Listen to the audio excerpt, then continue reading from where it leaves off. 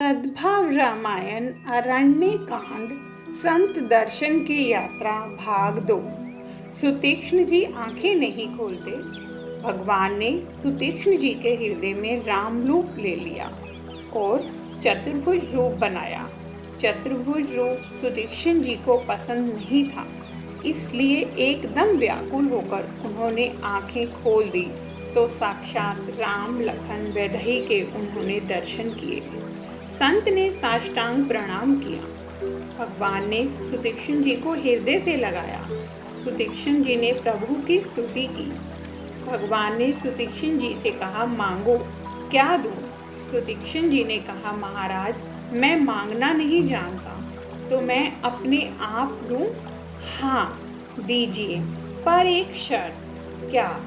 मेरी योग्यता से ज्यादा मत दीजिएगा। मैं रावण होना नहीं चाहता। कितनी महान भक्ति होगी। ईश्वर देता है तो ऐसा कहता है कि योग्यता से ज्यादा मत दीजिएगा। मैं रावण होना नहीं चाहता। योग्यताहीन आदमियों में जब जब बेहद शक्ति, बेहद संपत्ति और अधिक ज्ञान एकत्र होते हैं, तब तब समाज में रावण पैदा होते हैं। इसलिए सुतीक्ष्ण ने भगवान से प्रार्थना की कि योग्यता से ज्यादा मत दीजिएगा। भगवान ने भक्ति, ज्ञान, वैराग्य से सुतीक्ष्ण का जीवन भर दिया। सुतीक्ष्ण धन्य हुए। इतना होने के बाद सुतीक्ष्ण ने भगवान से कहा, महाराज, अब एक वस्तु मैं मांगता हूँ। तुम तो बता रहे थे कि तुम्हें मांगना नहीं आता। महाराज, यह तो ठीक है, पर दुनिया में किसी ने न मांगी हो ऐसी चीज मुझे मांगनी है। क्या? महाराज, मेरा जीवन अभिमान से भर दीजिए। लक्ष्मण जी भगवान के सामने देखकर बोले, कमाल है महाराज, ऐसी मांग तो पहली बार सुनी। भजन करने के बाद, प्रार्थना करने के बाद भक्त तो ईश्वर को यूं कहे कि हमें तू अहंकार से मुक्त रख, कामादि दोषों से मुक्त रख, जबकि यह आदमी तो अभिमान मांगता है। यह तो विचित्र बात है।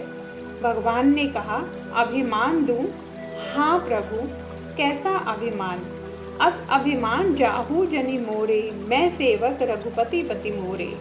मेरे जीवन में ऐसा अभिमान कभी भी न निकले कि मैं राम का सेवक हूँ और राम मेरे मालिक हैं। बस इतना मांगता हूँ। इस मांग में गर्व नहीं, गौरव है। सिंह गर्जन करे उसे अभिमान नहीं कहा जाए। समुद्र गर्जन करे वह अभिमान नहीं, यह तो उसका स्वभाव है। यूं भारत का एक व्यक्ति, ऋषि देश का एक आदमी जब स्वयं अस्मिता की घोषणा करे, तब वह गर्व नहीं, गौरव कहलाता है। भगवान ने तथास्तु कहा। फिर सुतीक्ष्ण बोले, महाराज, एक इच्छा है। मुझे तो दर्शन दे दिए, मेरे गुरुदेव को दर्शन दीजिए। क्यों? भगवान, अध्ययन पूरा करके मैं जब गुरु दक्षिणा देने गया, अगस्त्य महाराज ने मुझे कहा था कि बेटा, अभी मैं गुरु दक्षिणा नहीं लूँगा, योग्य समय आने पर देना। प्रभु, मेरे गुरुदेव ने दक्षिणा नहीं ली। उस वक्त मैंने मन में संकल्प किया था कि संसार में किसी भी शिष्य ने न दी हो ऐसी गुरु दक्षिणा मैं उन्हें दूं। तो प्रभु, मेरी इच्छा है कि आप तीनों मेरे गुरुदेव को दर्शन दीजिए। प्रभु कबूल हुए। आगे सुतीक्ष्ण और पीछे राम, लखन, जानकी अगस्त्य मुनि के आश्रम में आए। सुतीक्ष्ण ने कहा, गुरुदेव, रात दिन जिनके नाम का आप जाप करते हैं, ये राम, लखन, वैदेही पधारे हैं।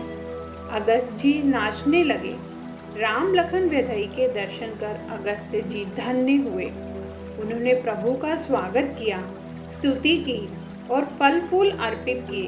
प्रभु ने अगस्त्य जी का जीवन भक्ति से भर दिया। एक रात्रि मुकाम प्रभु ने अगस्त्य जी के आश्रम में किया। दूसरे दिन की सुबह उन्होंने अगस्त्य जी से पूछा, राक्षसों के विनाश का मंत्र मुझे बताइए। अगस्त्य जी ने कहा, जिसके भृकु टिंग भंग से ब्रह्मांड का नाश हो, जिसके आंख ठहरते काल सांप उठे, ऐसे परमात्मा को राक्षस मारने का मंत्र एक ऋषि से जानना पड़े। पर राम जी ने योग्य व्यक्ति से योग्य सवाल पूछा था। राम जी ने सोचा कि भारत का यह एक ऐसा ऋषि है जिसने आसुरी वृत्ति को हिंदुस्तान के अन्य भाग में फैलने से रोका है। पौराणिक दृष्टि से देखें तो विंध्याचल पर्वत जब बढ़ने लगा तब कोई उसे बढ़ता हुआ रोक न सका। उस वक्त अगस्त्य जी ने हाथ उठाकर उसे कहा, विंध्याचल, तुझे आगे बढ़ने की मनाही नहीं, पर मैं तेरा गुरु हूँ, मैं वापस न जाऊँ तब तुझे रुक के रहना है, फिर आगे बढ़ना है। ऐसा कहकर अगस्त्य ऋषि दक्षिण में गए, सो गए, लौटकर आए ही नहीं। इसका अर्थ यह है कि मानव की विकास वृत्ति को रोकने का काम इस पुरुष ने किया था।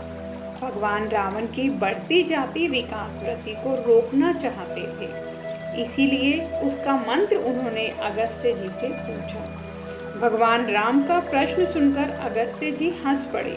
बोले, महाराज, आप मुझे व्यर्थ ही बड़प्पन दे रहे हैं। फिर भी जब आपने मुझसे पूछा है तब मैं कहूँगा कि यहाँ से आगे दंडक वन है। महात्माओं के शाप के कारण उस वन में वसंत नहीं आती। आप वहाँ जाइए और महात्माओं के शाप को दूर कीजिए। वहाँ गोदावरी नदी के तट पर पंचवटी नामक एक सुंदर स्थान है, वहाँ आप निवास कीजिए। वहाँ से राक्षसों को मारने में आपको काफ़ी सुविधा रहेगी। जय श्री राम।